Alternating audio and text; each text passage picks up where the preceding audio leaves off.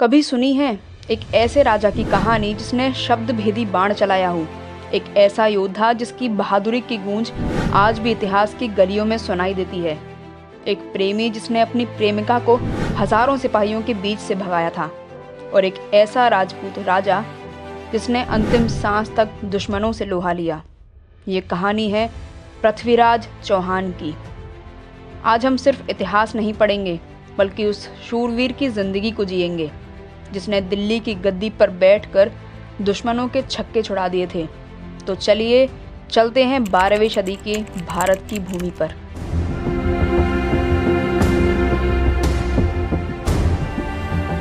पृथ्वीराज चौहान का जन्म 1166 ईस्वी में अजमेर के चौहान वंश में हुआ था। उनके पिता राजा सोमेश्वर और मां रानी कर्पूर देवी थी।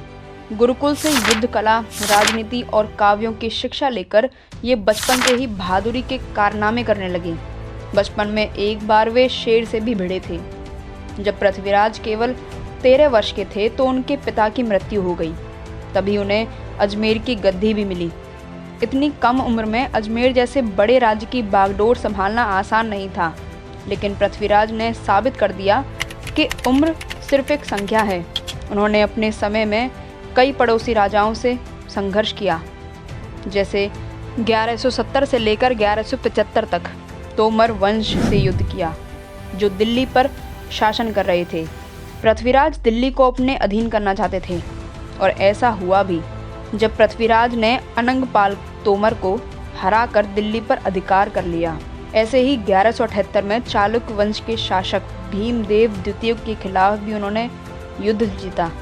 1182 में भी चंदेल वंश के राजा परमार के खिलाफ भी युद्ध लड़कर पृथ्वीराज ने ये युद्ध जीता। इन सभी छोटे बड़े युद्धों और दिल्ली पर अधिकार के बाद पृथ्वीराज ने दिल्ली और अजमेर दोनों को ही अपने राज्य की राजधानी बना लिया। सब कुछ सही चल रहा था। पृथ्वीराज चौहान जब अपने साम्राज्य को मजबूत कर रहे थे तब उनकी मुलाकात हुई कन्नौज की राजकुमारी संयोगिता से। संयोगिता सिर्फ सुंदर ही नहीं बल्कि बुद्धिमान और निडर भी थी। दोनों एक दूसरे को दिल दे बैठे। लेकिन ये प्रेम संबंध उस दौर के एक बहुत ही शक्तिशाली राजा जयचंद को बिल्कुल भी स्वीकार नहीं था, क्योंकि वे संयोगिता के पिता थे और पृथ्वीराज से व्यक्तिगत द्वेष भी रखते थे। क्योंकि एक बार जब जयचंद ने अश्वमेध यज्ञ कराना चाहा तो पृथ्वीराज ने उनका विरोध किया। जयचंद और पृथ्वीराज के बीच पहले से ही राजनीतिक प्रतिस्पर्धा थी। जब जयचंद ने संयोगिता का स्वयंवर आयोजित किया तो देश भर से तमाम छोटे मोटे राजाओं और राजकुमारों को आमंत्रित किया, लेकिन पृथ्वीराज को छोड़ दिया और उनके अपमान स्वरूप उनकी एक मूर्ति दरवाजे के बाहर द्वारपाल की तरह रख दी। लेकिन प्रेम को रोक पाना आसान नहीं था। स्वयंवर में संयोगिता को अपना मनपसंद वर चुनने की आज़ादी थी। वो जिसको चाहे अपनी वरमाला पहना सकती थी। तमाम राजाओं से मिलने के बाद भी जब संयोगिता को कोई पसंद नहीं आया तो उसने द्वार पर पृथ्वीराज की मूर्ति देखी। संयोगिता ने तुरंत वो वरमाला पृथ्वीराज की मूर्ति को पहना दी। ठीक उसी पल पृथ्वीराज घोड़े पर सवार होकर दरबार में आ धमके और संयोगिता को लेकर निकल पड़े। ये घटना सिर्फ एक प्रेम कथा नहीं थी बल्कि एक बड़े अपमान की तरह जयचंद के मन में घर कर गई। अपमान का बदला लेने के लिए जयचंद ने एक ऐसा कदम उठाया जिसने भारत के इतिहास को ही बदल दिया। मोहम्मद गौरी, जो उस समय अफगानिस्तान से भारत पर हमला करने के मौके तलाश रहा था, उसे जयचंद ने आमंत्रित किया। जयचंद ने न सिर्फ गौरी को भारत की राजनीतिक शक्ति और भारतीय राजाओं की कमजोरी के बारे में बताया बल्कि उसकी मदद भी की। गौरी को एक ऐसा साथी मिल चुका था जिसने देश की सीमाएं खोल दी थीं। 1191 में गौरी ने पहला भारत पर हमला किया। तराइन का मैदान इस युद्ध का गवाह बना। पृथ्वीराज चौहान ने राजपूतों की एक विशाल सेना इकट्ठी की। घुड़सवार, पैदल सैनिक, हाथी और तलवार से लैस वीर राजपूत। युद्ध शुरू हुआ और गौरी की सेना बुरी तरह पराजित हुई। कहा जाता है कि गौरी खुद घायल हुआ और युद्ध भूमि से भाग निकला। उसे बंदी बनाकर पृथ्वीराज के दरबार में लाया गया, लेकिन एक सच्चे क्षत्रिय की तरह पृथ्वीराज ने उसे क्षमा कर दिया, ये सोचकर कि एक घायल और हारा हुआ शत्रु अब भारत के लिए खतरा नहीं रहेगा। मगर यही दया उनकी सबसे बड़ी भूल बन गई। एक साल बाद 1192 में मोहम्मद गौरी फिर से हमला करता है। इस बार उसने युद्ध से पहले बहुत चालाकी से तैयारी की। उसने अपनी सेना को गुप्त रूप से पहले ही भारत भेज दिया था। अपने सैनिकों को कई टुकड़ों में बांटा ताकि राजपूत भ्रमित हो जाएं। वहीं दूसरी तरफ जयचंद ने गौरी की पूरी सहायता दी। खुफिया जानकारी, राजपूतों की रणनीति और सैनिक ठिकानों के नक्शे।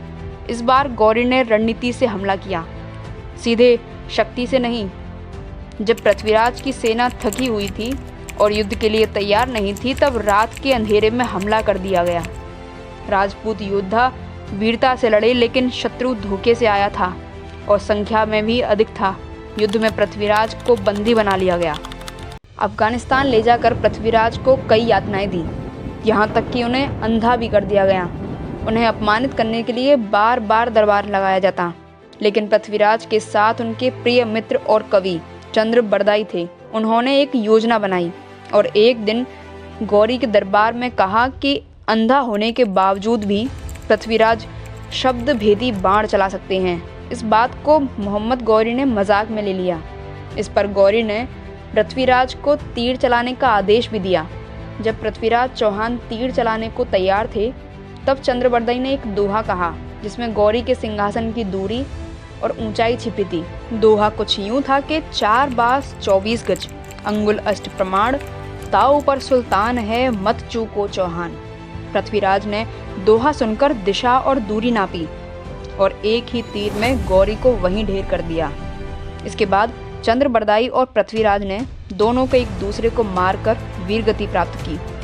इस तरह भारत के सबसे साहसी राजाओं में से एक ने आंखों के बिना भी इतिहास में एक ऐसी मिसाल कायम की जो आज भी प्रमाण देती है।